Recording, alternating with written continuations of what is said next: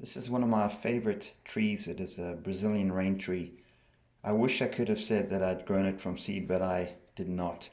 I purchased it a couple of years ago, and I'm unclear if it was a seedling or more than likely a graft, if I had to take a guess, or some kind of clone. But I haven't had a chance to take a look at the root structures. But my strategy on this one was to just have it grow big and tall. I took it out of a smaller growing pot into this, and it seems to be doing really well.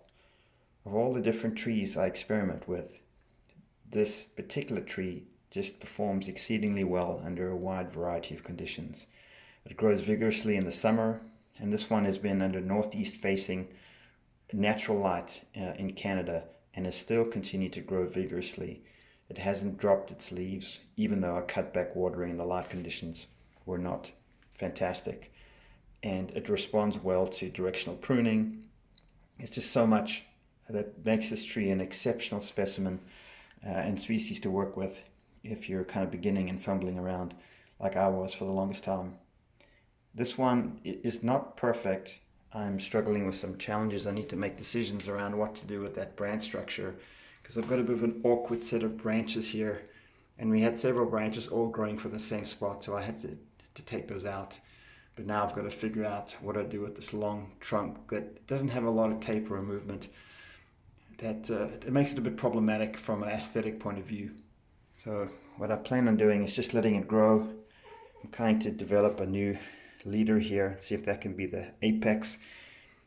With that current situation with the stem and the trunk, our best strategy I think is to have it grow, and hopefully the size of the tree as it grows will kind of make that less of an issue aesthetically. But this one has done well. I haven't had enough space to keep it under intense light over the winter period because of my other more light requiring trees have kind of taken those spaces. But this one has done really, really well. I move it outside in the summer, and when it gets under the heat, it just kind of takes off, and I'm expecting for that to be the case this year. It is grown about a third or more in the last year.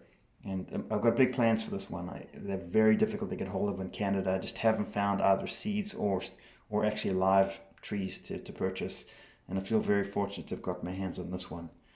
But nothing dramatic for this one. I'm not going to mess with the roots. I'm not going to mess with anything except in the summer I may just do some maintenance pruning and see if I can develop some further branching. But you can see some of the areas where I've had to cut back. And every time I do so, it kind of predictably grows in the direction you want. So this is a good example of directional pruning being successful.